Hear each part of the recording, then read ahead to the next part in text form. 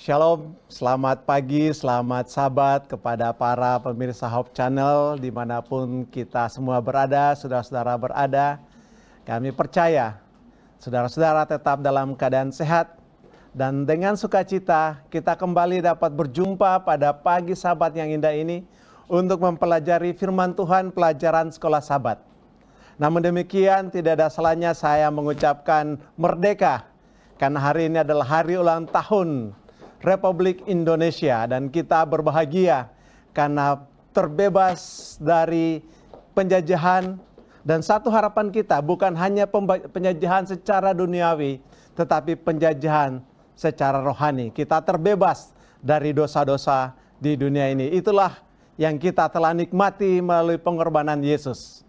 Dan pagi ini saudara-saudara sekalian kita akan mempelajari pelajaran sekolah sabat, pelajaran yang ketujuh mengenai mengajar para murid bagian pertama.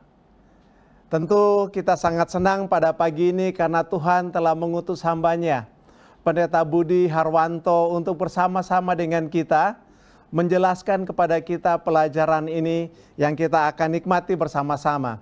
Untuk itu saudara-saudaraku, mari kita menyapa Pendeta Budi Harwanto. Shalom Pendeta.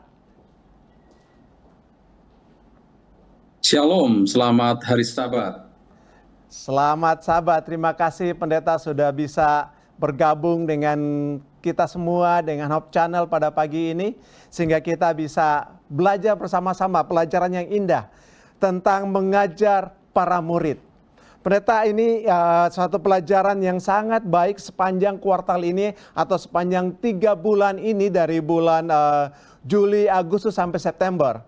Kita belajar tentang buku Markus. Dan Pendeta, sebelum kita melanjutkan dengan pelajaran kita yang kita sudah pelajari sepanjang 1 minggu ini, pada minggu yang lalu kita belajar tentang satu judul In and Out. Satu pelajaran yang memberikan kepada kita bagaimana sesuatu yang masuk ke dalam tubuh itu tidak menajiskan, tetapi yang keluar itu kira-kira yang menajiskan. Sebelum kita lanjut, Pendeta, boleh sedikit Pendeta memberikan gambaran singkat mengenai apa yang kita pelajari pada minggu yang lalu, supaya ada poin-poin yang kita bisa diingatkan kembali sebelum kita melangkah pada pelajaran yang pada pagi ini kita akan bahas. Silakan Pendeta. Baik, terima kasih. Pelajaran yang sangat bagus yang kita pelajari pada minggu yang lalu, yang terdapat di dalam Markus 7 dan juga di bagian awal ya dari Markus pasal 8. Nah, pada awal Markus pasalnya yang ketujuh, ini Yesus mengalami pertentangan lagi atau kontroversi dengan penolakan Yesus terhadap ini tradisi keagamaan-keagamaan yang ada di tengah-tengah bangsa Yahudi. Nah, permasalahan yang dihadapi oleh orang-orang Farisi pada saat itu, yang mereka hadapi dengan Yesus adalah masalah tradisi, yang salah satunya adalah ketika memegang makanan dan dengan tangan yang tidak dibersihkan lebih dulu atau dicuci lebih dulu tangannya, adalah merupakan tindakan yang najis, bukan hanya dari sisi kesehatan tetapi lebih kepada sisi keagamaan. Nah, begitu pula ketika orang-orang dari kalangan Yahudi sendiri juga menyentuh mungkin orang-orang yang lahir atau orang-orang yang berasal dari bukan Yahudi, dan itu bagi hukum atau tradisi yang ada pada saat itu adalah tidak dapat diterima, dan bahkan itu adalah sebuah kenajisan.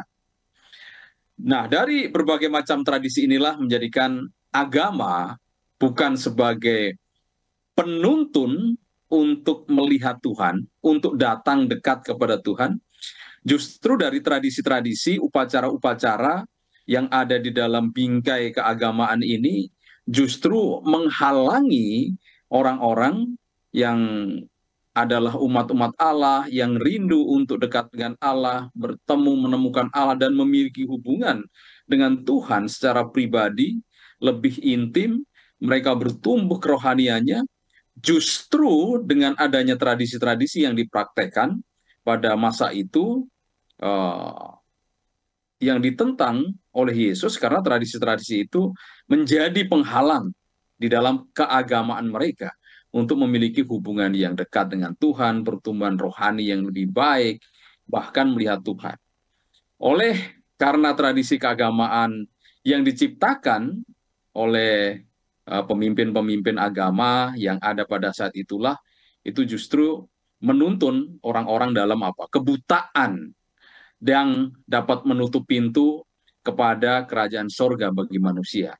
Jadi kira-kira seperti inilah budaya, tradisi yang ada pada saat itu, sehingga Yesus menentang akan tradisi tersebut untuk mengembalikan kepada kehidupan keagamaan yang benar, keagamaan yang sungguhnya, di mana Tuhan membuka jalan bagi siapapun untuk dapat dekat dengan Tuhan, memiliki hubungan yang erat dengan Tuhan, dan tentunya bertumbuh di dalam kehidupan kerohanian, dalam kasih karunia yang Tuhan berikan.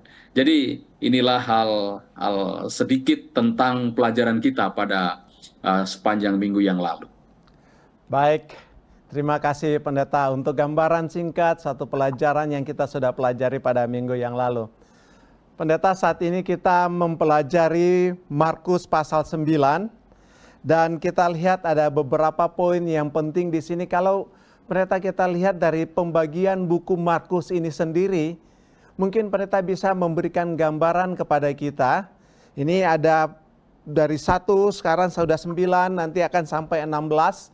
Pendeta bisa memberikan gambaran kira-kira seperti apa sih susunan daripada buku Markus itu sendiri yang kita sedang pelajari saat ini. Tolong Pendeta. Baik, terima kasih. Ini pertanyaan yang baik sekali, dan ini sangat penting bagi kita ketika kita mempelajari buku Markus ini. Ya, kalau kita bagi dalam 2 bagian besar ya, dalam bagian besar, pada minggu ini kita memasuki Markus pasal 9, dan pelajaran ini boleh dibilang memasuki babak kedua dalam konteks Injil Markus. Nah, pada paruh bagian pertama Injil, Yesus menghabiskan waktu di dalam pengajarannya di Galilea, kemudian dia menunjukkan mujizat-mujizat dengan mengusir setan, dan juga dia menyembuhkan banyak orang. Yesus juga melarang ini orang-orang untuk secara eksplisit atau secara terang-terangan mengumumkan identitasnya. Dan paruh pertama Injil ini juga kita telah pelajari, membawa Yesus keluar dari tanah Israel, ke Tirus, ke Sidon, kemudian melayani juga di Dekapolis. Dan ketika paruh kedua ini membawa Yesus menuju ke pusat kota Yerusalem sebagai titik kulminasi daripada misi Yesus sendiri, yaitu nanti akan menghabiskan masa terakhirnya di kota Yerusalem. Dan kedua bagian ini juga ini pengakuan kristologis yang begitu penting untuk kita pelajari. Yang pertama adalah dengan pengakuan seorang Yahudi, yaitu Petrus, di dalam Markus pasal 8 ayat 29, bahwa Markus dia mengakui Yesus adalah Mesias. Kemudian di bagian yang kedua, ini dituliskan di dalam Markus 15 ayat 39, ada sebuah pernyataan atau deklarasi identitas Yesus yang dilakukan oleh seorang perwira, bukan Yahudi, bahwa Yesus adalah anak Allah. Jadi dari kedua bagian ini menyatakan siapa Yesus. bagian bagaimana Yesus adalah anak Allah yang hidup, Mesias yang dinanti-nantikan oleh segala bangsa yang membutuhkan sebuah kelepasan atau kemerdekaan yang sesungguhnya daripada belenggu dan perhambaan dosa, untuk diangkat menjadi manusia yang merdeka di dalam Kristus untuk menerima kasih karunia secara penuh dan disiapkan bagi kerajaannya. Kemudian dari Betsaida, Yesus dia berangkat bersama murid-muridnya ke Kaisarea di Filipi, itu kira-kira 25 mil ke arah utara di kaki Gunung Hermon. Dan dari Markus pasal 8 ayat 22 sampai Markus pasal 10 ayatnya yang ke-52 ini ada konstruksi, ada sebuah narasi yang dibangun, ada kurang lebih 3 siklus yang mengandung pola 3 kali lipat, di mana siklus-siklus ini mengikuti titik balik utama dari kisah Yesus di dalam Injil Markus. Dan titik balik tersebut terjadi di Kaisarea Filipi, di mana para murid ini dia melihat dan mereka mengakui bahwa Yesus adalah Mesias. Ini di dalam Markus 8 ayat 27 sampai 30. Kemudian Yesus juga mulai menyatakan secara eksplisit akan maksud yang sejati dari pelayanannya. Jadi tidak hanya melayani orang sakit, kemudian memberikan makan, kemudian menyembuhkan orang-orang yang membutuhkan akan pelayanannya untuk disembuhkan. Tetapi disinilah Yesus mulai mengungkapkan tujuan dari pelayanan yang sesungguhnya. Dan itu dapat kita pelajari melalui Markus 8 ayat 31, bahwa dia akan diserahkan dan dia akan memberikan pelayanan yang terakhir, pelayanannya yang penuh untuk menjadi korban bagi manusia. Kemudian pola yang terjadi selanjutnya adalah, yang pertama adalah sebuah nubuatan yang disampaikan oleh Yesus, apa yang akan terjadi berikutnya di dalam pelayanannya, maupun apa yang akan terjadi bagi kehidupan murid-murid. Kemudian yang kedua adalah ada hal-hal yang tidak dimengerti secara penuh oleh para murid, sehingga ini menjadikan kegagalan-kegagalan, kesalahan-kesalahan sebagai murid Yesus yang kurang lebih mereka sudah cukup lama mereka bersama-sama dengan Yesus. Dan yang terakhir adalah pengajaran Yesus tentang bagaimana itu pemuritan yang sesungguhnya. Jadi kira-kira seperti inilah pola di dalam pelajaran sekolah sahabat kita yang memasuki atau bagian kedua, paruh kedua daripada kitab Markus ini. Terima kasih. Baik, terima kasih Pendeta sudah memberikan gambaran bagaimana susunan dan penulisan daripada buku Markus ini. Pendeta, sekarang kita masuk kepada kelanjutan daripada apa yang sedang Yesus lakukan dari pasal 8 dari buku Markus. Kita lihat Pendeta di ayat 22. Ini satu mujizat yang Yesus lakukan. Mungkin baiknya saya bacakan Pendeta ayat 22 sampai 26. Kemudian tibalah Yesus dan murid-muridnya di Betsaida. Di situ orang membawa kepada Yesus seorang buta dan mereka memohon kepadanya supaya ia menjamah dia. Yesus memegang tangan orang buta itu dan membawa dia keluar kampung. Lalu ia meludahi mata orang itu dan meletakkan tangannya di atasnya dan bertanya, "Sudahkah kau lihat sesuatu?" Orang itu memandang ke depan lalu berkata, "Aku melihat orang sebab melihat mereka berjalan-jalan, tetapi tampaknya seperti pohon-pohon." Yesus meletakkan lagi tangannya pada mata orang itu, maka orang itu sungguh-sungguh melihat dan telah sembuh, sehingga ia dapat melihat segala sesuatu dengan jelas.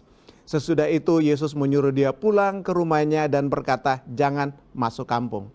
Pendeta, ini ada beberapa poin yang mungkin bisa jadi pertanyaan bagi saya dan tentu bagi pemirsa. Ini cara Yesus menyembuhkan orang buta ini. Kalau yang lalu-lalu biasanya kita mendengarkan Yesus menyembuhkan hanya sekali berbicara, sekali mengatakan atau menjamah, sembuh. Bisa dikatakan tokcer. Kalau ini sepertinya ada proses yang terjadi. Bukan hanya sekali tapi dua kali. Yang pertama Yesus ludahi. Mungkin cara ini kita tidak tahu, kalau pendeta bisa jelaskan juga. Kemudian dia harus jamah lagi. Setelah pertama dia lakukan itu belum pulih total. Dia harus jamah baru orang itu sembuh total. Ini kira-kira apa maksud daripada cara Yesus dengan melakukan seperti ini, pendeta? Tolong diberikan penjelasan kepada kita. Silakan, pendeta. Baik, terima kasih. Jadi ini seperti apa ya, diagnosa dan proses pengobatan yang kebanyakan kalau boleh bilang sekarang ini yang dilakukan oleh para dokter. Ketika didiagnosa, kemudian dia diberikan treatment, dan setelah diberikan treatment dia akan di follow up. Bahkan rawat jalan sekalipun, ketika orang datang kemudian diberikan diagnosa, dilakukan tindakan, kemudian ketika pulang, oh nanti mungkin minggu depan bisa balik lagi. Ini seperti pola yang dilakukan oleh tabib-tabib juga kebanyakan pada zaman Yesus pada saat itu. Dan penyembuhan orang buta di Betsaida ini Betsaida artinya uh, rumah daripada para nelayan, house of fishers. Ini tidak seperti yang diceritakan di dalam Injil Markus. Ya, kita bisa lihat ya, ketika di kisah Markus pasal 1 ayat 25, dia berhadapan dengan orang yang kerasukan dan dia langsung bilang kepada setan yang merasuki itu, keluarlah daripadanya. Atau kalau di pasal 1 ayat 41 di sana dikatakan, jadilah engkau tahir. Kemudian sembuhlah dari penyakitmu. Itu yang dituliskan Markus dalam 5 ayat 34.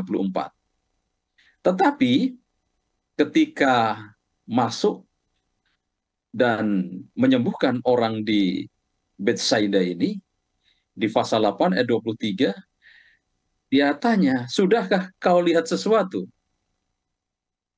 Dia tanya kepada pasien ini.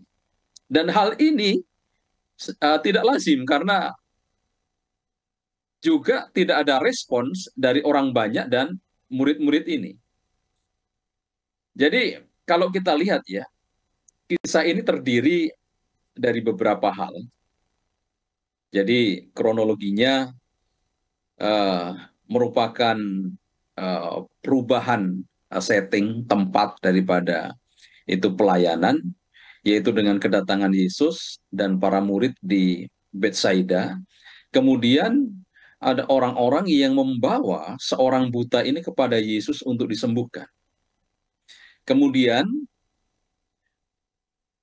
ada proses penyembuhan, ayat 8, ayat 23 sampai 25, yang terdiri dari dua tahap, yaitu setelah orang buta itu datang dari kampung ke tempat Yesus berada, kemudian kita mendapatkan proses penyembuhan itu yang sebagian belum utuh. Kemudian yang berikutnya adalah orang buta itu sembuh total. Dan setelah penyembuhan itu,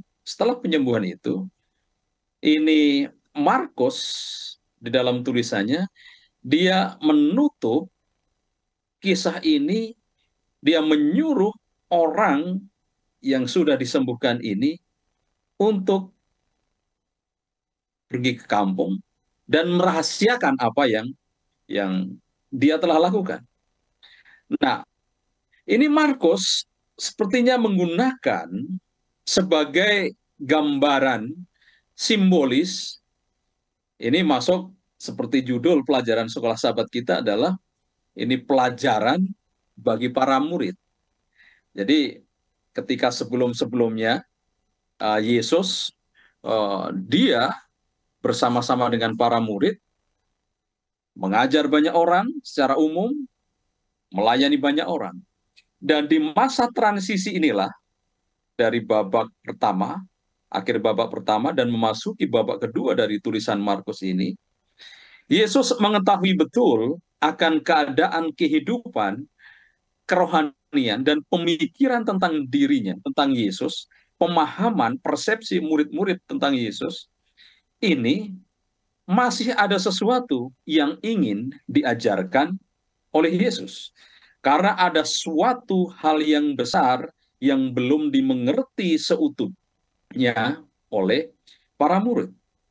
Dan Yesus memberikan gambaran, dia memberikan pelajaran kepada muridnya melalui penyembuhan orang buta ini yang Pak Taka tadi katakan sepertinya tidak tokcer kemudian langsung sembuh.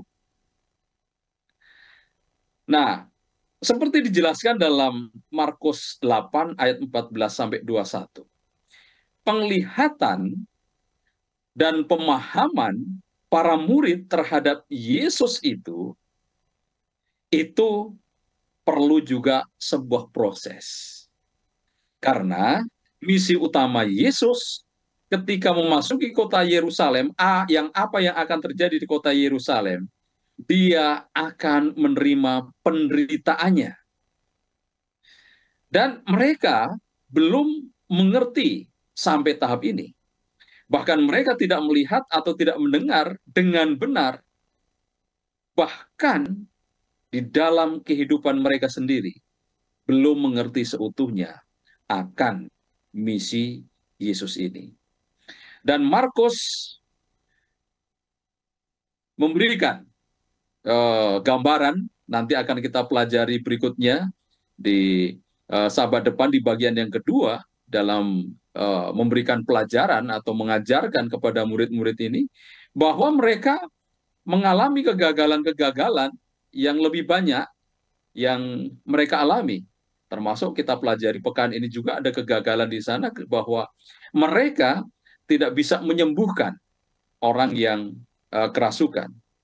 Dan disinilah para murid dituntun untuk mengerti bahwa iman mereka harus bertumbuh dan berproses. Seperti orang buta, para murid yang mempunyai mata tetapi tidak melihat pada saat itu. Yang dituliskan dalam Markus 8 ayat 18, memiliki mata tetapi tidak bisa melihat secara utuh. Seperti orang buta itu, para murid digambarkan mempunyai mata yang tidak melihat, tetapi tidak melihat, juga dapat dibuat untuk melihat dan mengerti oleh Yesus melalui pelajaran ini, melalui proses penyembuhan ini. Sehingga kemampuan untuk melihat, baik secara jasmani maupun rohani, ini sebuah pelajaran yang penting, adalah anugerah Allah yang dimungkinkan hanya dengan jamahan Yesus secara berulang-ulang. Artinya ini adalah secara terus-menerus. Jadi tidak hanya satu kali, kemudian kehidupan iman daripada murid-murid itu langsung sempurna, dan kemudian tidak bertumbuh lagi, bukan seperti itu. Dan Markus menggunakan peristiwa ini bahwa menuntun kita semua juga yang hidup pada saat ini untuk melihat dan memahami bagaimana Mesias itu yang sesungguhnya.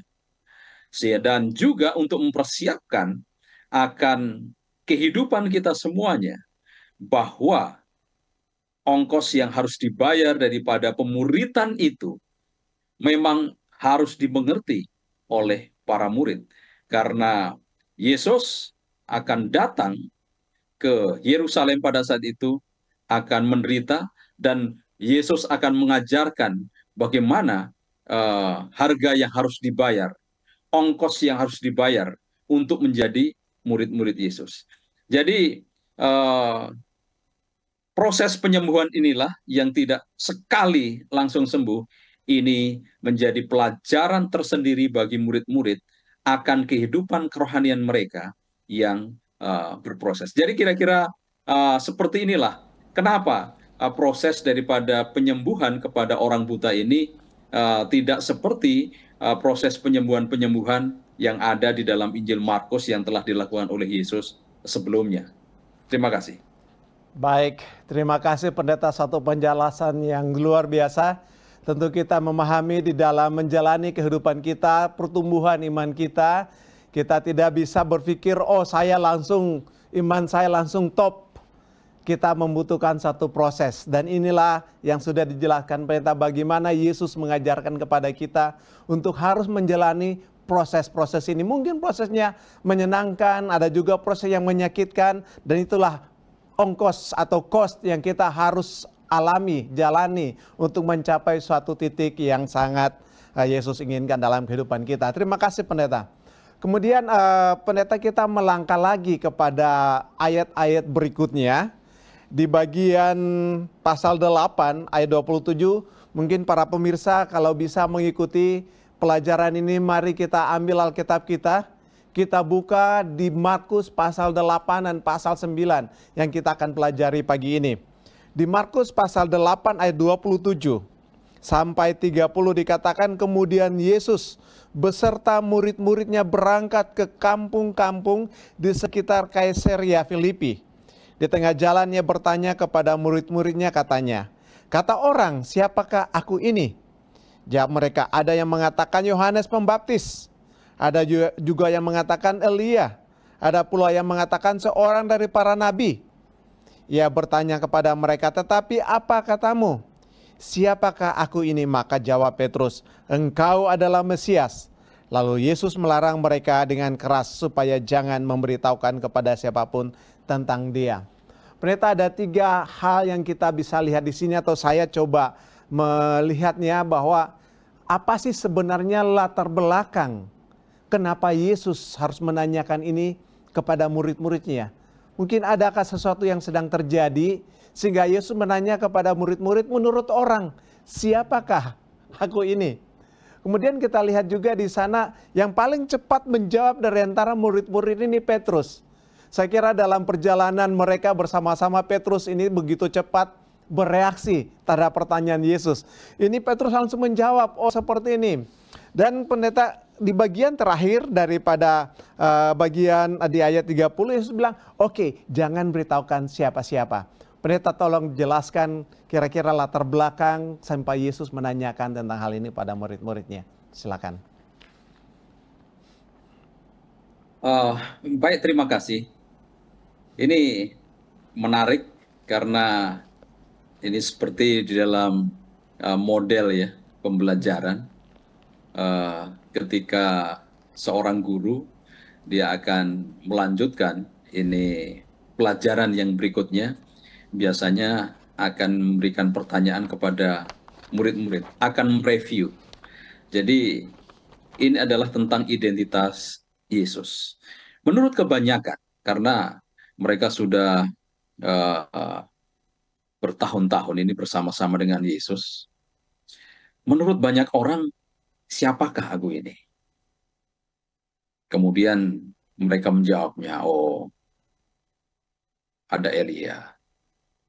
Kemudian menjawab yang lain, seperti ini, seperti ini, seperti ini. Dan ini adalah bagaimana jawaban khalayak ramai. Ingat, Yesus memberikan pelajaran kepada banyak orang, tetapi dia tidak melupakan ini yang ada di ring satunya. Jadi sepertinya ini adalah sebuah evaluasi bagi mereka.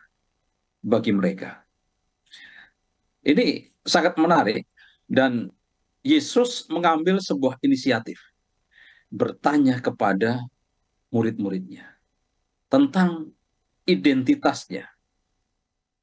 Akan melihat, sebenarnya Yesus tahu apa yang dipikirkan oleh mereka, apa yang dirindukan dari kehidupannya. Dan Petrus bertindak sebagai juru bicara, menyatakan bahwa dia adalah Kristus, dia adalah Mesias yang datang. Dan ini merupakan satu yang unik karena pertama kalinya di dalam Injil ini tokoh-tokoh manusia ini ditanyakan bagaimana pemahaman mereka tentang identitas Yesus sendiri. Tetapi dari jawaban-jawaban yang ada itu belum merupakan satu gambaran yang lengkap. Termasuk Petrus sendiri. Yesus diakui menurut Petrus adalah Kristus atau Mesias. Tetapi gambaran itu juga belum lengkap. Nanti akan kita bahas itu. Contoh tadi seperti kisah penyembuhan orang buta yang membutuhkan proses itu. Di mana Markus menyandingkan kisah ini dengan adegan ini pengakuan Petrus dengan alasan yang cukup baik. Dan meskipun para murid telah mencapai tingkat pemahaman yang penting, yang mengakui bahwa Yesus adalah Mesias, tetapi ini barulah langkah yang pertama. Petrus telah memahami sesuatu yang penting, tetapi belum melihat dengan jelas.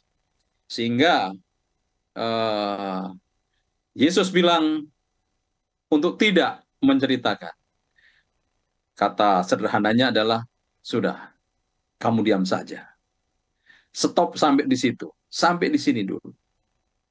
Karena apa? Ketika nanti Yesus menceritakan apa yang akan terjadi di Yerusalem nanti, Petrus memiliki persepsi yang lain tentang pengakuannya bahwa dia adalah sebagai Mesias. Seperti kontradiksi.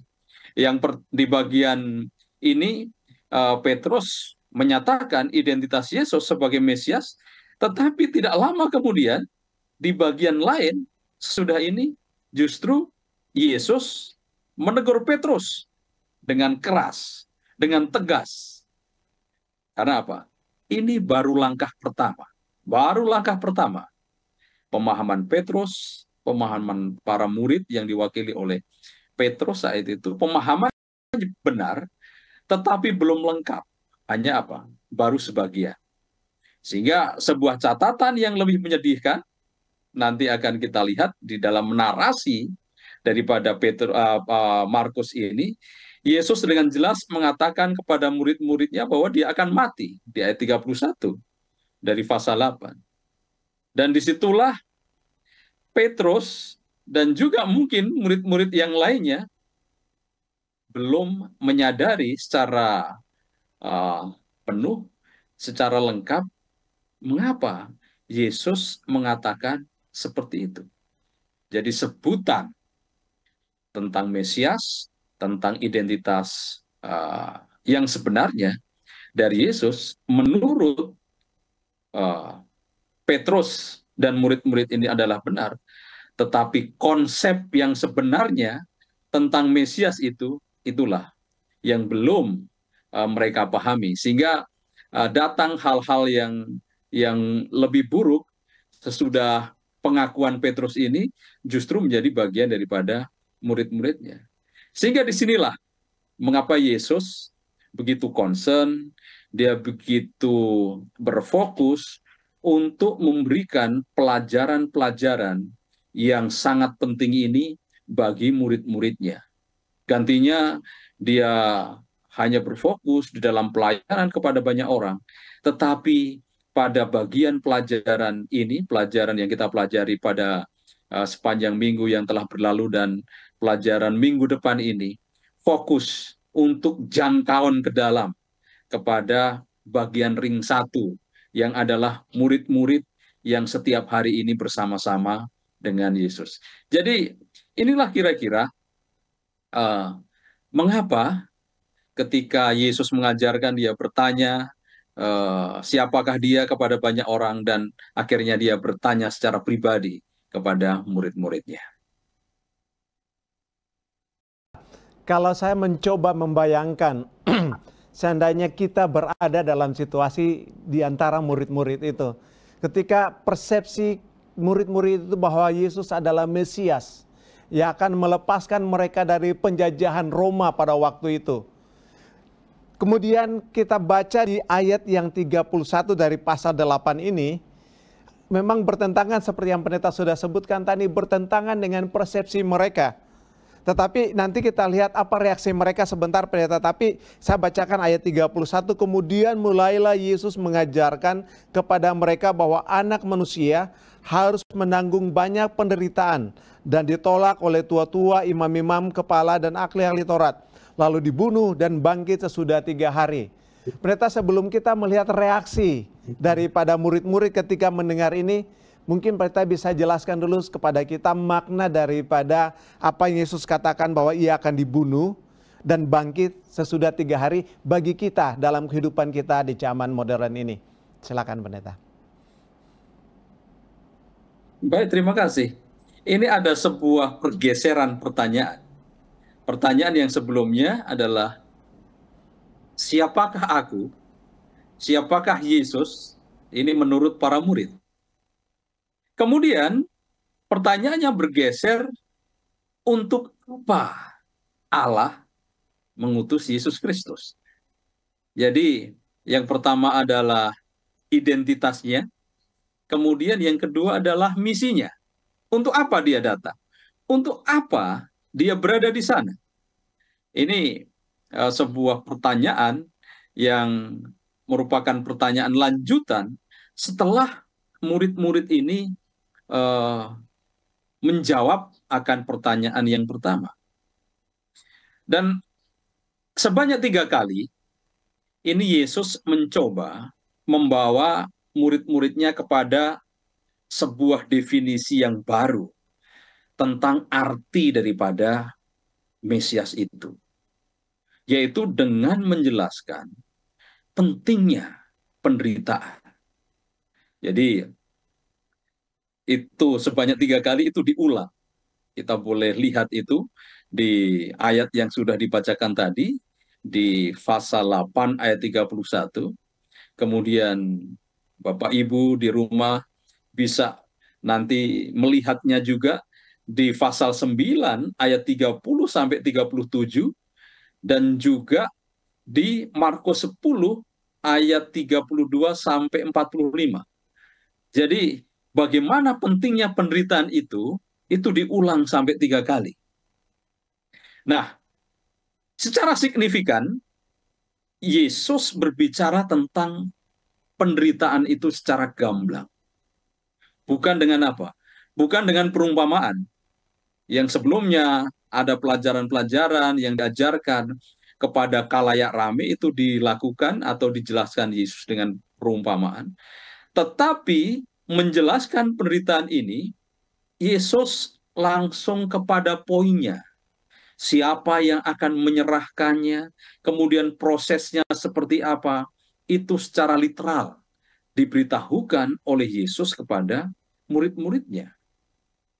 Dan inti dari pengajarannya adalah bahwa Raja dalam konteks Mesias yang ada di dalam diri Yesus ini akan memerintah itu melalui kayu salib. Jalan masuk di dalam kemuliaan, itu melalui kayu salib. Meskipun nanti akan kita pelajari ketika Yesus masuk di kota Yerusalem, dia disambut seperti raja. Orang-orang pada waktu itu, pada hari Minggu itu, mereka berdiri di pinggir-pinggir jalan dengan membawa daun-daun palem dan menaruh pakaian, kain-kain, permadani di sepanjang jalan yang dilalui oleh Yesus. Dia disambut sebagai raja, seperti raja. Dia menaiki keledai.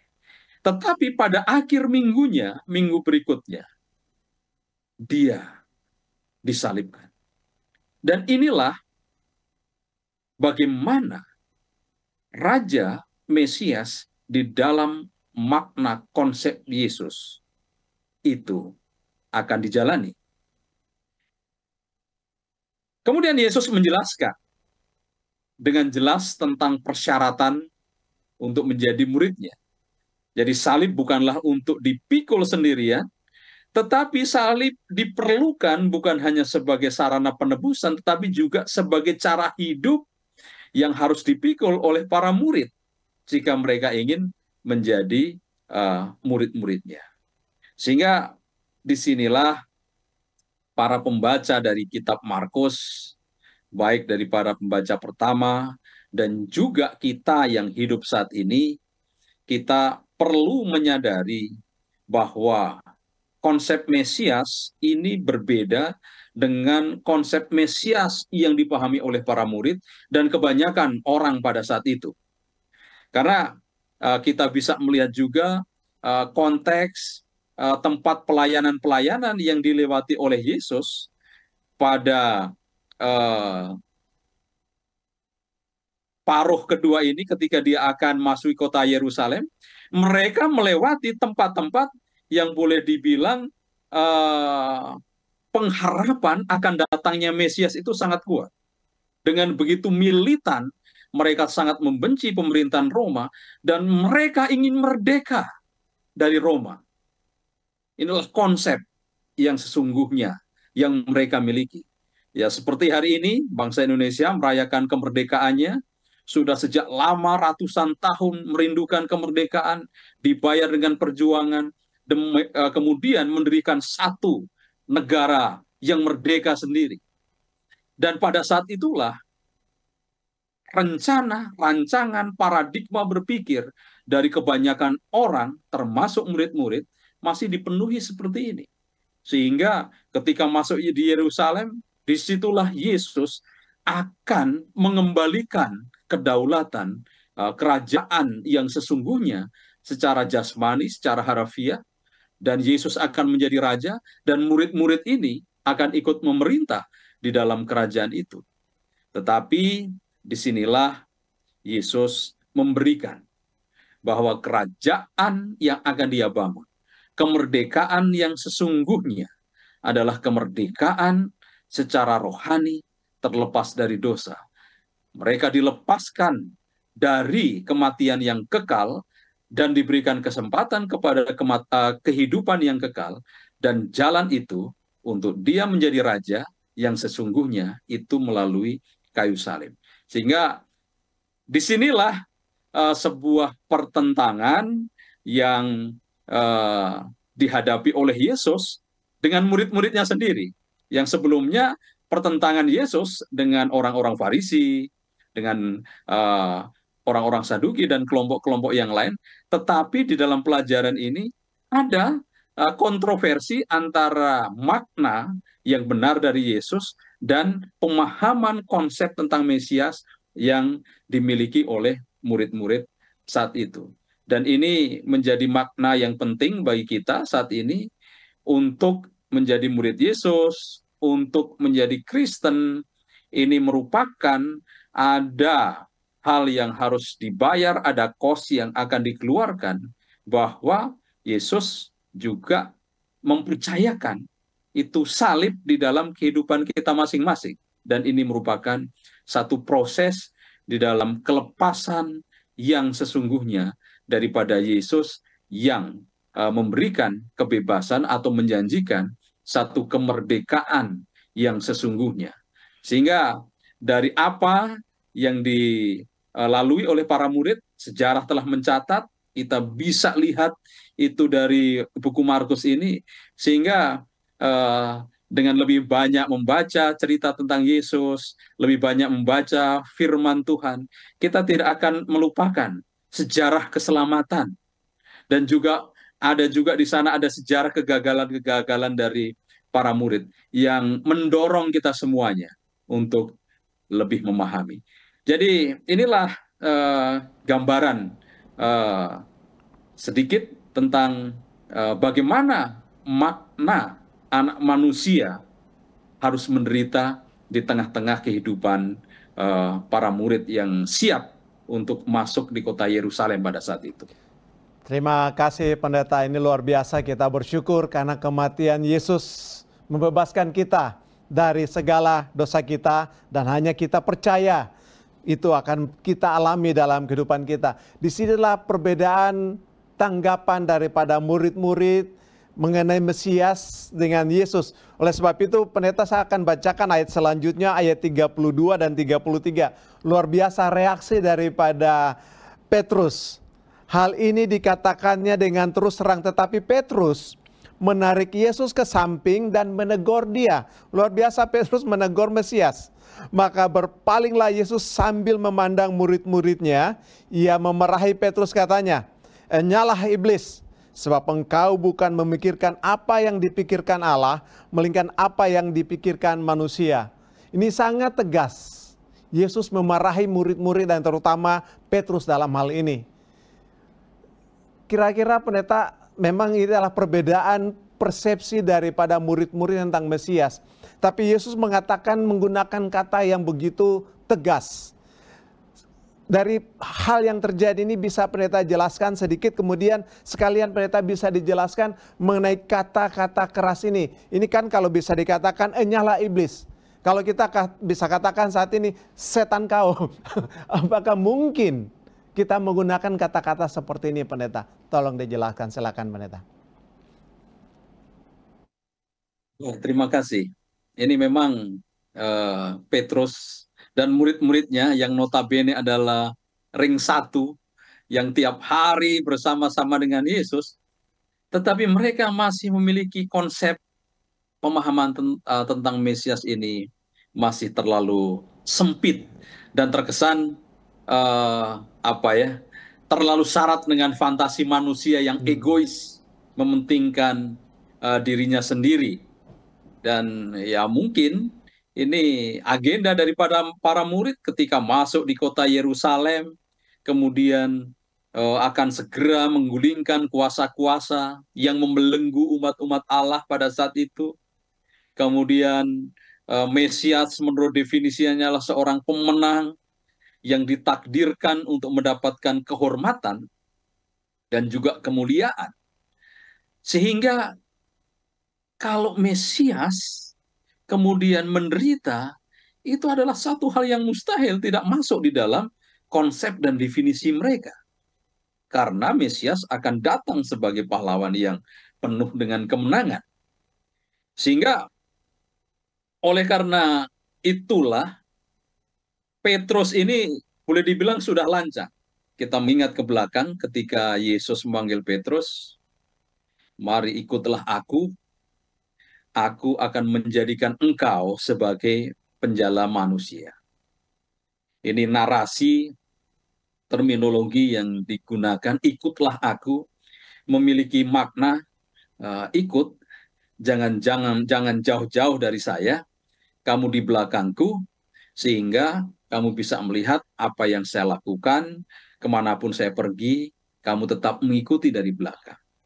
Tetapi di sini, ini reaksi Petrus dari sisi ini sudah berlebihan. Dari sisi panggilannya, ini sudah berlebihan. Dia tarik, dia menempatkan dirinya di samping Yesus. Sepertinya apa? Dia sejajar dengan Yesus. Dan memiliki hak untuk apa? Untuk menegur Yesus sendiri. Dan Petrus menunjukkan dirinya, ini berseberangan dengan Yesus.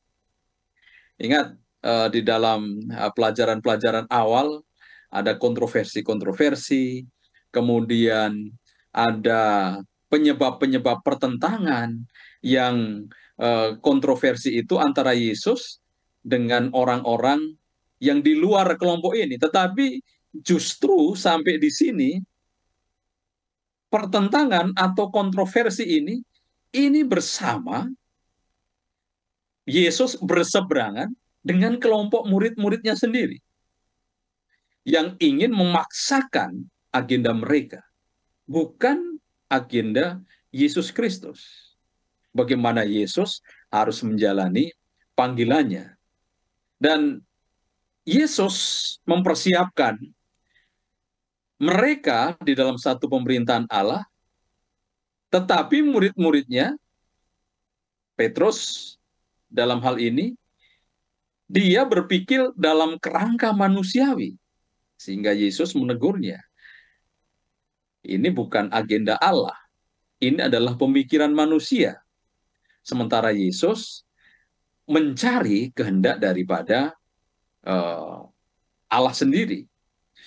Dan sentuhan kedua daripada Yesus, ini kalau kita kembali kepada cerita orang yang disembuhkan dari kebutaannya tadi, ini dimulai dengan teguran yang kedua. Kemudian dia berbalik, dia memandang kepada murid dan memanggil Petrus dengan sebutan setan atau sebutan iblis. Ingat, kita perlu ingat bahwa setan atau iblis ini merupakan musuh bebuyutan yang muncul beberapa kali dengan Yesus. Dan pada saat ini musuh bebuyutan ini muncul di dalam diri murid Yesus yang boleh dibilang paling terkemuka, yang menjadi leaders, menjadi pemimpin dari murid-murid lainnya. Dan setan berusaha untuk mematahkan ini semangat Yesus, semangat pelayanan dan misinya, dan membelokkan Yesus dari misinya itu. Di dalam atau melalui ini Petrus. Sehingga disinilah Yesus kembali. Seperti apa yang tergambar ya, ketika Yesus dicobai, di awal buku Markus ini juga dituliskan, ketika Yesus di padang gurun, di sana dia berhadapan dengan setan, dengan iblis, bahwa cara untuk mengembalikan dunia ini, karena apa kita harus mengingat ketika manusia sudah jatuh dalam dosa, setan mengklaim bahwa dunia ini adalah miliknya, di bawah kekuasaannya. Dan Yesus datang untuk mengambilnya kembali dengan darahnya sendiri yang akan dibayar di atas kayu salib. Dan dengan liciknya, iblis memutarbalikkan fakta dan sekarang menggunakan Petrus untuk mencoba menggagalkan misi yang sesungguhnya. Nah, kata-kata Kristus ini yang diucapkan, ini sepertinya kasar sekali ya. Kemudian bagaimana kita pada saat ini melihat hal seperti ini, apakah ini bisa digunakan atau sejauh mana kita boleh mengucapkan kata kasar ini atau kata yang tegas ini kepada orang lain untuk menegur mereka. Kata-kata Kristus ini bukan diucapkan kepada Petrus, tetapi kepada orang yang mencoba memisahkan dari penebus. Yang dalam hal ini adalah diri Petrus, mencoba memisahkan orang-orang dari penebusnya. Dan kata-kata yang ia pakai dalam jawaban ini mengingatkan jawaban Tuhan ketika dia memukul mundur iblis, ketika dia dicobai di padang gurun, ketika pada saat itu dia menawarkan dunia ini. Dunia ini akan diberikan kepada Yesus, asal saja Yesus mau menyembah dia, mau tunduk menyembah dia. Nah, dari pengamatan rohaninya, Yesus dapat menangkap sebuah sinyal bahwa pemikiran Petrus yang terucap dalam perkataannya itu adalah pengaruh daripada iblis. Sehingga teguran keras kepada Petrus ini sedikitnya memiliki dua hal yang dapat kita pelajari di sini, yaitu yang pertama, tidak jatuh dalam dosa karena kendali iblis. Jadi Yesus Kristus mencintai Petrus agar ia tidak jatuh dalam dosa. Jadi kemarahan daripada Kristus, Yesus pada saat itu, karena dia sangat mencintai. Dia ingin menegurnya dan dia ingin mengembalikan kepada Petrus yang sebenarnya. Di ayat yang lain di dalam buku Matius, ketika Yesus sudah menanyakan siapakah aku, dan Petrus menjawab bahwa dia Mesias, kemudian dilanjutkan di sana bahwa Yesus akan mendirikan gerejanya di atas Petra, di atas batu karang, yang pada saat itu bersama-sama dengan murid-muridnya juga. Nah, pelajaran yang kedua, kenapa Yesus memarahi atau menegur Petrus dengan keras, yaitu Yesus hendak menyadarkan Petrus bahwa pikiran manusia tidak selamanya ini sama dengan konsep atau pemikiran Tuhan. Sehingga Yesus ingin mengembalikan bahwa pemikiran apa yang telah dipelajari, apa yang telah dilihat selama dengan Yesus ini, untuk dilihat apa yang sebenarnya harus terjadi. Karena apa? Manusia cenderung menghindar dari kesulitan-kesulitan, dari penderitaan-penderitaan, dan setan tahu itu. Makanya ketika dia mencoba Yesus, oke, enggak usahlah susah-susah sampai mati di atas kayu salib. Ini dunia akan diberikan kepadanya dengan satu syarat yang mudah saja. Menyembah saja, bersujud saja. Itu sudah cukup. Tidak perlu apa? Tidak perlu untuk mati di atas kayu salib. Dan inilah kelemahan-kelemahan yang setan ketahui di dalam diri orang berdosa. Secara sifat alamiahnya, ya manusia ingin enaknya, tidak perlu kesusahan, tidak perlu penderitaan. Dan sepertinya Petrus terjebak dalam hal ini. Petrus terjebak dalam hal ini, sehingga Yesus memberikan peringatan yang tegas. Sehingga cinta kasih Kristus kepada Petrus dan juga kepada manusia, ini sedemikian dalam bagi kita semuanya. Sehingga kalau ditanyakan apakah kita bisa menggunakan kata-kata yang tegas, dengan alasan seperti halnya Yesus, kita ingin mengembalikan. Yesus ingin mengembalikan ke dalam satu pertobatan yang sesungguhnya, teguran yang sesungguhnya, teguran yang tegas itu diberikan untuk kembali, mengingatkan kembali, untuk kembali kepada jalan Tuhan. Dan di dalam Injil kita bisa melihat Yesus menggunakan kata-kata seperti apa ketika dia berbicara dengan orang-orang yang belum mengenal kebenaran. Yesus begitu lemah lembut, begitu membuka hati, memberikan begitu banyak pelayanan kepada mereka. Tetapi kita akan dapati pernyataan-pernyataan tegas kepada Yesus ini adalah kepada orang-orang mereka yang sebenarnya sudah mengerti itu kebenaran. Mereka seharusnya sudah hidup di dalam kebenaran. Kepada orang-orang Farisi, kepada ahli-ahli Taurat, kepada orang-orang Yahudi, kepada imam-imam yang mereka sudah mempelajari firman, mereka sudah mengetahui itu kebenaran, tetapi hidup mereka tidak selaras dengan kebenaran. Dan disitulah dia memberikan pernyataan-pernyataan atau teguran-teguran yang tegas. Termasuk juga ini Petrus. Karena Petrus ini sudah apa? Sudah begitu lama bersama-sama dengan Yesus. Murid-muridnya sudah begitu lama, tetapi belum memiliki satu pemahaman yang utuh, yang lengkap tentang Yesus.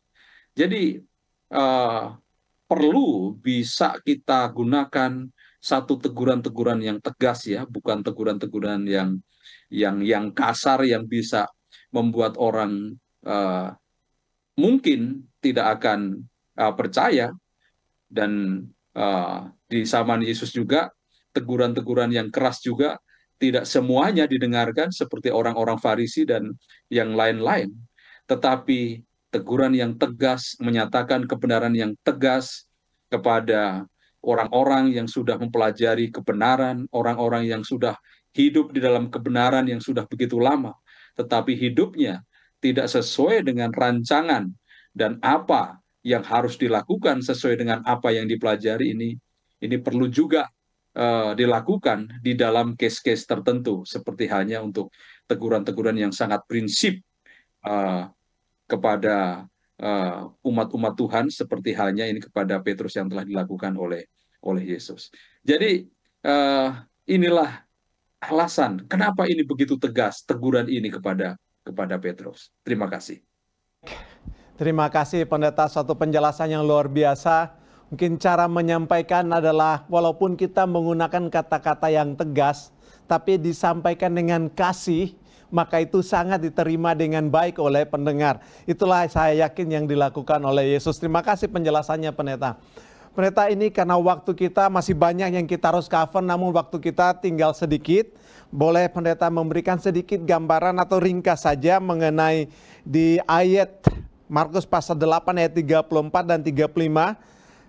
Di situ Yesus mengatakan setiap orang yang mau mengikut aku, dia harus menyangkal dirinya, memikul salibnya dan mengikut aku. Karena siapa yang mau menyelamatkan nyawanya, ia akan kehilangan nyawanya.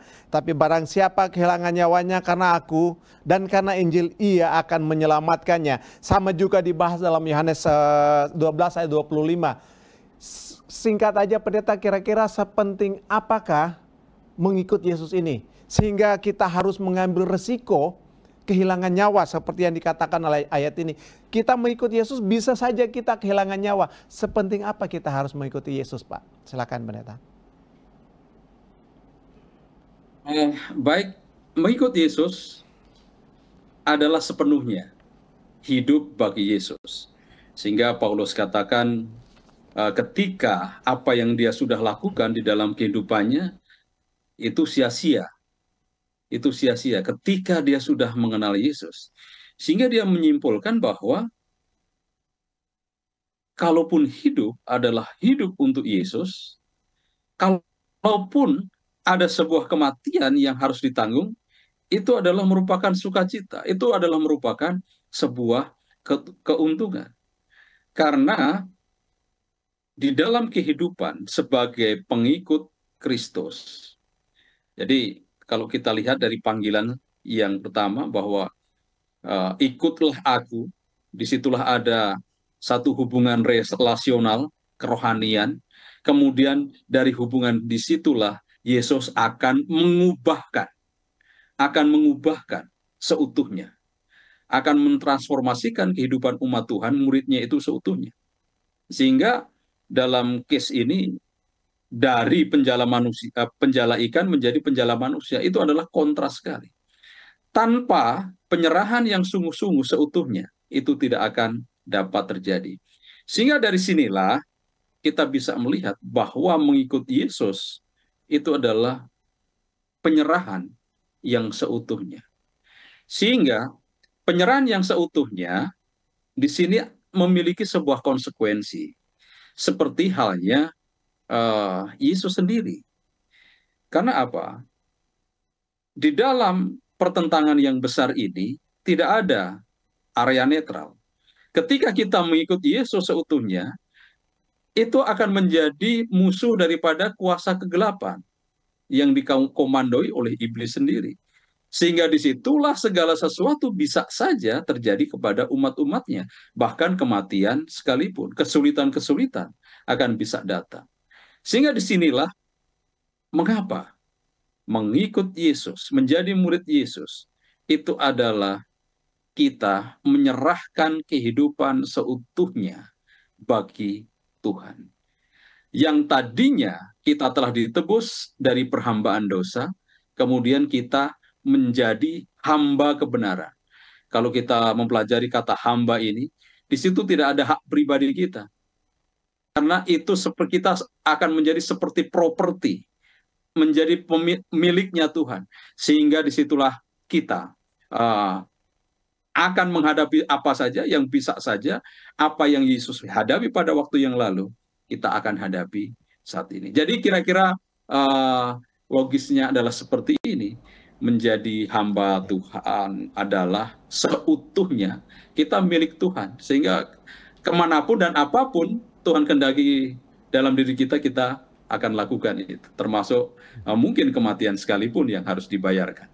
Terima kasih pendeta. Yohanes 14 ayat 6. Akulah jalan dan kebenaran dan hidup, tidak seorang pun yang datang kepada Bapa kalau tidak melalui aku, kata Yesus.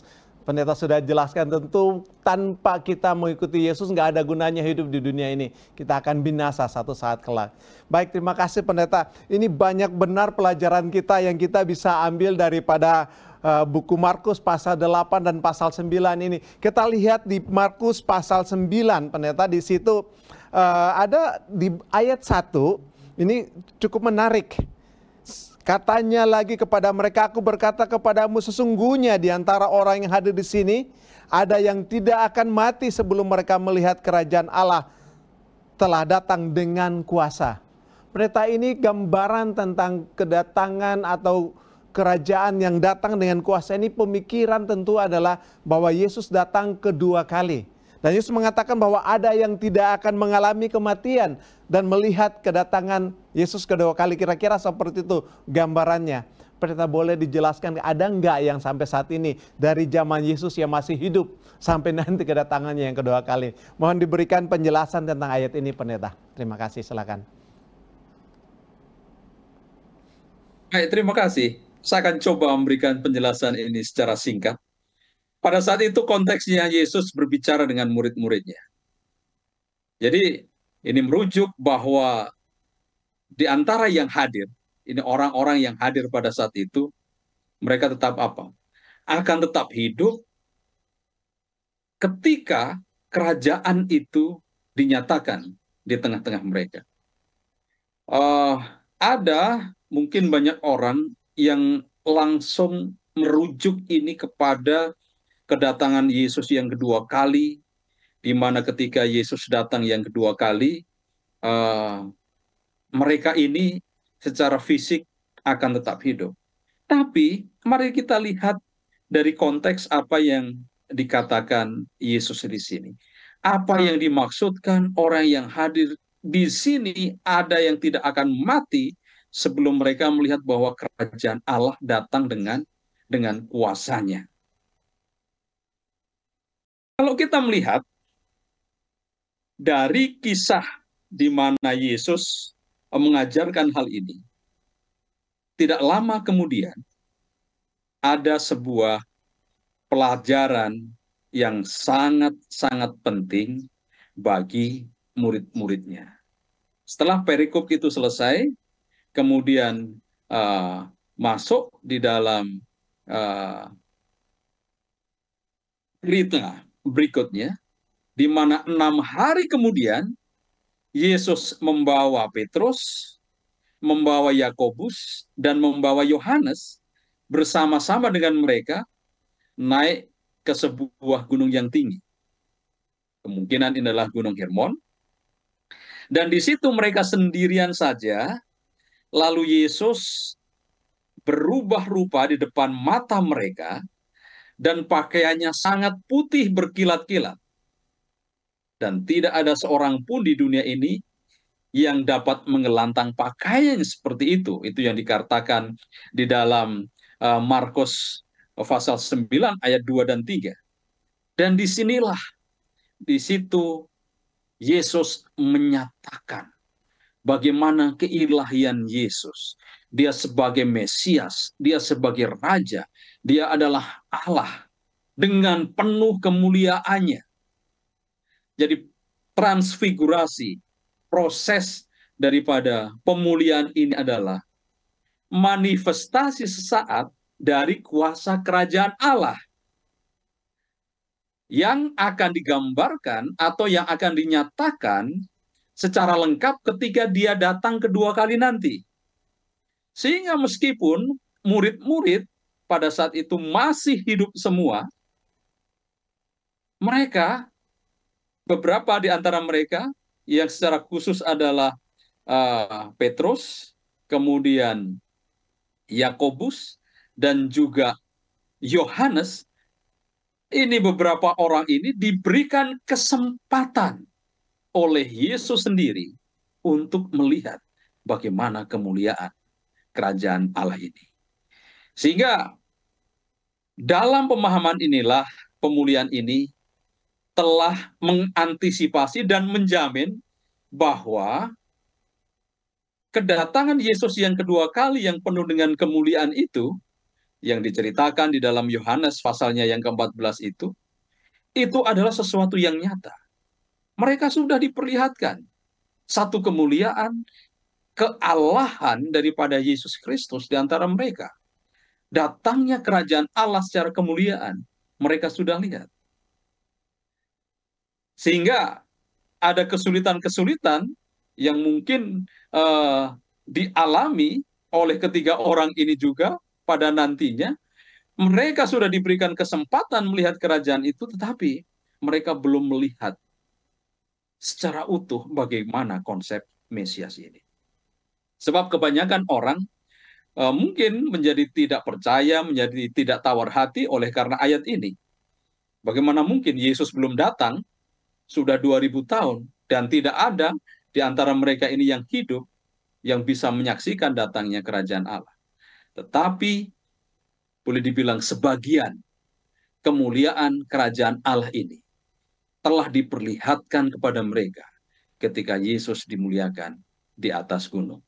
Dan itulah gambaran secara tekstual di dalam buku Markus ini sudah digenapi oleh Yesus. Tidak lama setelah dia mengajarkan hal itu. Hanya 1 minggu, 6 hari kemudian, mereka diberikan penglihatan dengan mata kepala mereka sendiri, sebuah pengalaman bagaimana kemuliaan kerajaan Allah dan kemuliaan raja mereka sendiri, yaitu Yesus Sang Mesias yang menjadi guru mereka. Jadi kira-kira seperti ini. Baik, terima kasih Pendeta. Ada 2 atau 3 bagian yang kita ingin cover dalam sisa waktu kita ini. Ini ada satu cerita, mungkin pemirsa bisa membacanya sendiri nanti di dalam Markus pasal 9 ayat 14. Ini cerita setelah Yesus dan murid-murid yang sudah dijelaskan pendeta tadi ke atas gunung. Kemudian mereka kembali pada keesokan harinya, mendapati 9 murid yang ditinggal itu sedang berdebat. Kemudian ada banyak orang di sana, sedang ada kekacauan. Ada orang yang kerasukan setan, bisu, anak kecil, kemudian dihempaskan oleh setan dan mencoba, murid-murid ini mencoba untuk mengusir setan, tetapi mereka tidak berhasil. Sampai Yesus tiba dan kemudian Yesus mengusir setan yang ada di dalam anak ini. Pendeta, ini suatu cerita yang memang sepertinya bertentangan dengan apa yang dialami oleh murid-murid ini. Kalau kita baca sebelumnya di Markus pasal 6, Yesus mengutus mereka. Mereka pergi menyembuhkan orang-orang, mengusir setan. Tetapi di sini kok murid-murid ini tidak berhasil mengusir setan. Apa yang menyebabkan kegagalan mereka dalam hal ini, Pendeta? Singkat aja silakan, Pendeta.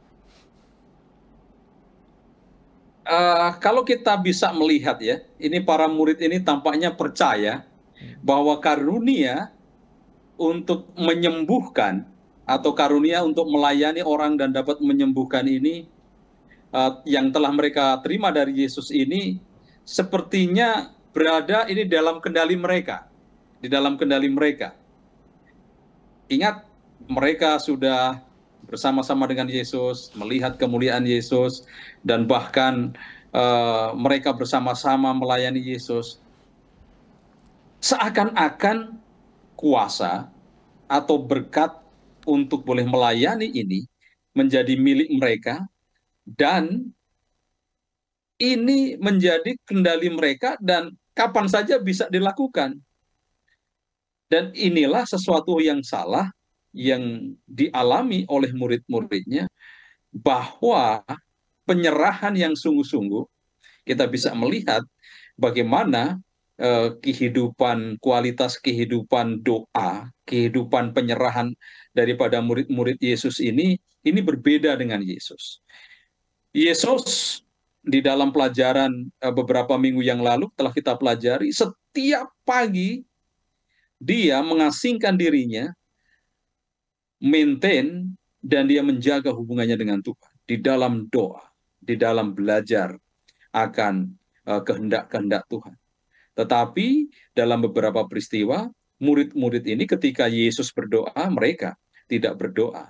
Dan disinilah satu pelajaran yang menjadi bagian kita semuanya, bahwa sebuah karunia atau boleh dibilang sebuah tingkat kualitas kehidupan kerohanian itu bukan sesuatu yang ketika pada titik tertentu kemudian itu sudah aman dalam level aman, tetapi itu merupakan satu hal yang harus dijaga di dalam kehidupan setiap hari. Dan tidak heran dari penyerahan yang sungguh-sungguh Yesus uh, uh, sembuhkan itu, dan bahkan ketika dalam peristiwa selanjutnya ketika ada orang yang kerasukan, oh, kalau yang model begini, ini tidak hanya cukup dengan berdoa, tetapi harus diselesaikan, ini perlu juga puasa. Dan disinilah satu pelajaran bagi murid-murid, bagi kita semuanya. Mungkin di dalam kehidupan kita, kita sudah merasakan, oh, kita memiliki kualitas hubungan yang baik dengan Yesus, kualitas kerohanian yang baik dengan Yesus. Kemudian tiba-tiba ada vakum di sana. Disinilah seringkali terjadi. Dan disinilah ini merupakan amaran bagi kita semuanya untuk kita waspada bahwa kehidupan doa, kehidupan penyerahan itu bukan program, tetapi itu merupakan satu pola hidup. Firman Tuhan merupakan makanan, kita tidak mungkin tidak makan dalam 1 minggu, 1 bulan. Kita harus makan setiap hari dari firman Tuhan. Kemudian doa merupakan nafas hidup kita. Tidak mungkin kita tidak bernafas dalam 1 hari, tetapi kita tidak akan terputus di dalam doa kita atau dalam penyerahan kita bersama-sama dengan Tuhan. Dan inilah yang menyebabkan kegagalan murid-murid itu, kehilangan kuasanya, dan ini juga bisa menjadi bagian kita juga ketika kita melakukan seperti apa yang telah dilakukan oleh para murid. Sehingga di sini kuncinya adalah hubungan yang tidak terputus dengan sumber daripada kuasa itu. Baik, terima kasih Pendeta, ini luar biasa pelajaran kita. Dan ini mungkin bagian terakhir dalam 5 menit, tolong Pendeta bisa menjelaskan karena saya yakin ini sangat penting, satu pengajaran daripada Yesus kepada murid-muridnya yang sangat relevan dengan kehidupan kita saat ini. Dari apa yang dialami oleh murid-murid ini, mereka sudah ditegur Yesus tentang wawasan mereka bahwa Yesus adalah Mesias. Kemudian mereka merasa, oh nggak boleh mati, kalau Mesias nggak boleh mati. Sekarang wawasan itu masih dalam pikiran mereka. Nanti ketika Yesus ini menjadi Raja orang Israel, saya akan menjadi pembantu yang terhebat. Mulailah terjadi perbincangan di antara mereka. Di Markus pasal 9 ayat 33 dan sampai 37.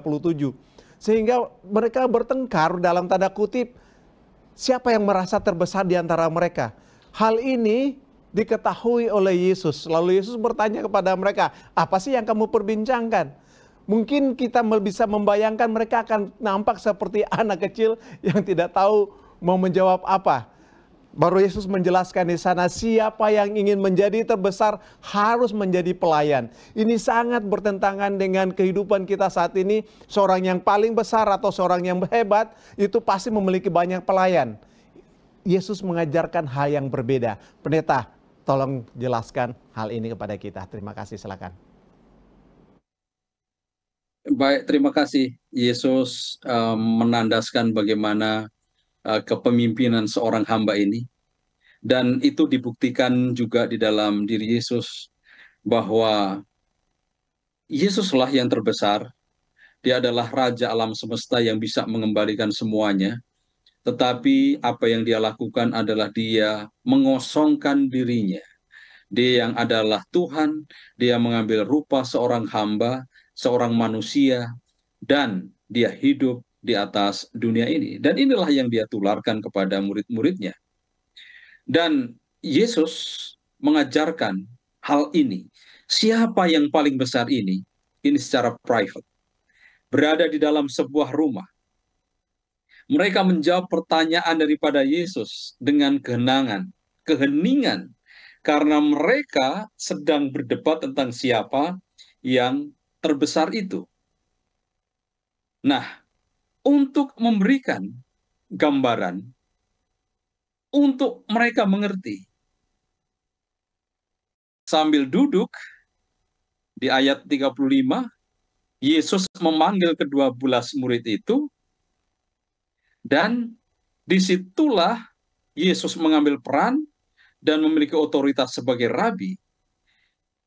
Kemudian dia nyatakan bahwa untuk menjadi yang terbesar, menjadi yang terdepan, dia harus menjadi pelayan, dia harus menjadi yang terkemudian.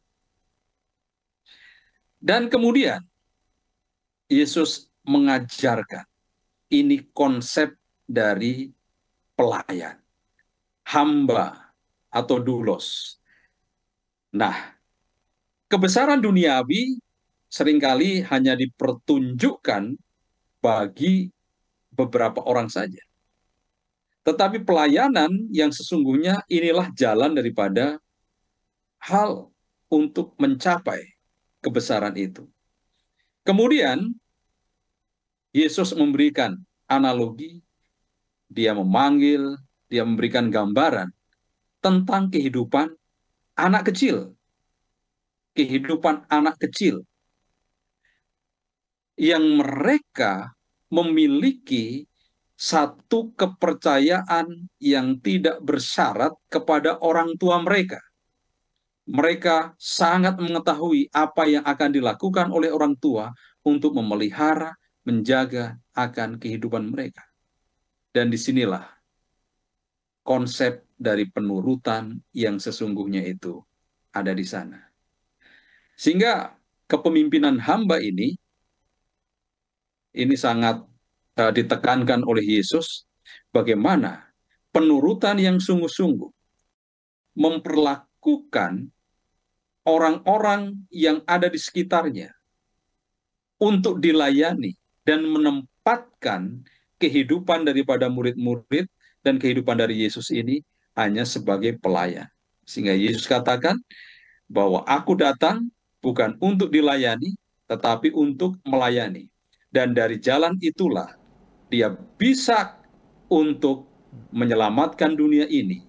Dan akhirnya nanti semua nama, semua orang itu boleh di-cover oleh Yesus di dalam keselamatan yang besar ini.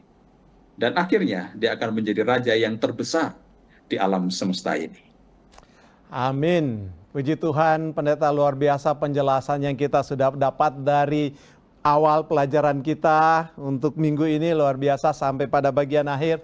Pendeta, karena waktu kita harus mengakhiri, namun sebelum pendeta berdoa, bisa diberikan 1 menit kesimpulan pendeta tentang apa yang harus kita lakukan, dan setelah itu pendeta tolong pimpin dalam doa untuk mengakhiri pelajaran kita. Silakan pendeta.